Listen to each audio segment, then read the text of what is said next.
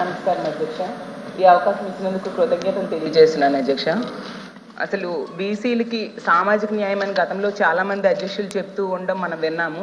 కానీ ఈరోజు జగన్మోహన్ రెడ్డి గారు ముఖ్యమంత్రి అయ్యాక ఒక సామాజిక విప్లవాన్ని తీసుకొచ్చారు అధ్యక్ష.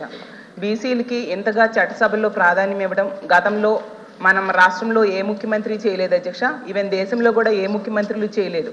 ఒకప్పుడు ఒక బీసీ మహిళగా నేను చెప్తున్నాను, గతంలో మా బీసీలు ఏంటంటే చట్టసభలకి వెళ్ళి వాళ్ళ సమస్యని ప్రస్తావించే వాళ్ళు ఎవరూ లేక ఎవరు మా సమస్యలు ప్రస్తావిస్తారని ఆశగా ఎదురు చూస్తూ ఉండేవారు అధ్యక్ష. కానీ ఈరోజు జగన్మోహన్ రెడ్డి గారు నాయకత్వంలో అతను ముఖ్యమంత్రిగా ఉండడం వలన బీసీల కళ ఈరోజు నెరవేరింది అధ్యక్ష. గత ప్రభుత్వాలు బీసీలని బానిసలుగా చూస్తే జగన్మోహన్ రెడ్డి గారు బీసీలని బాధ్యులుగా మార్చారని సగర్వంగా తెలియజేస్తున్నాను అధ్యక్ష. అలాగే జగన్మోహన్ రెడ్డి గారు గతంలో ఎన్నికల ముందు చెప్పారు బీసీలు బ్యాక్వర్డ్ క్యాస్ట్లు కాదు బ్యాక్ బోన్ క్యాస్ట్లు అని. ఈ రోజు జగన్మోహన్ రెడ్డి గారు ముఖ్యమంత్రి అయ్యాక బీసీలకు ఒక బ్యాక్ బోన్లో మారారు కాబట్టి మా బీసీలంతా ఆంధ్ర రాష్ట్రంలో చాలా సంతోషంగా ఉన్నారు అధ్యక్ష.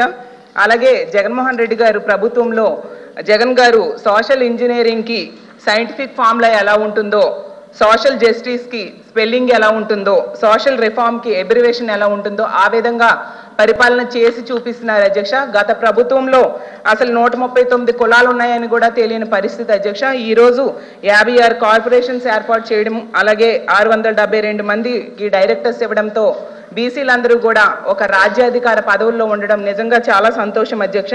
యాక్చువల్గా మా మహిళలకు రాజ్యాంగం ద్వారా వచ్చిన పదవుల కంటే గౌరవ ముఖ్యమంత్రి గారైన జగన్మోహన్ రెడ్డి గారి రాజనీతి వలన ఎక్కువ అవకాశాలు వచ్చాయని సగర్వంగా తెలియజేస్తున్నాను అధ్యక్ష.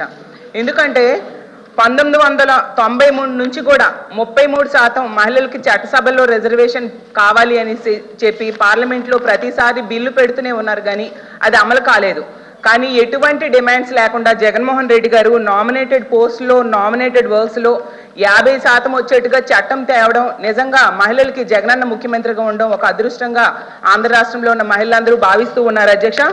మహిళా పక్షపాతి అయిన జగన్మోహన్ రెడ్డి గారు ఈరోజు ఏ పథకం ప్రవేశపెట్టినా కూడా అది మహిళలే ముఖ్యమైన లబ్ధిదారులుగా ఉండేట్టుగా చూస్తూ ఉన్నారు అధ్యక్ష. గతంలో మనం చూసాం, చంద్రబాబు నాయుడు గారు తీసుకుంటే దళితులుగా ఎవరైనా పుట్టాలని కోరుకుంటారని అనేవారు, కానీ ఒక దళిత మహిళను హోమ్ మినిస్టర్ చేసిన గొప్ప ముఖ్యమంత్రి జగన్మోహన్ రెడ్డి గారు అధ్యక్ష. ఇప్పుడు నేను అడిగేది ఏంటంటే మహిళలకు ఈ రిజర్వేషన్స్ ద్వారా ఇవ్వాల్సిన నామినేటెడ్ పోస్ట్స్ ఏమైనా మిగిలిపోయాయని మంత్రి గారిని అడుగుతున్నాను అధ్యక్ష. అలాగే ఏ ఇతర రాష్ట్రాల్లో అయినా ఎంత గొప్పగా ఎలాంటి నామినేటెడ్ పోస్టుల్లో మహిళలకు అవకాశం ఇచ్చారో కూడా తెలియజేయాల్సిందిగా ప్రభుత్వాన్ని కోరుతున్నా. థ్యాంక్ యూ అధ్యక్ష.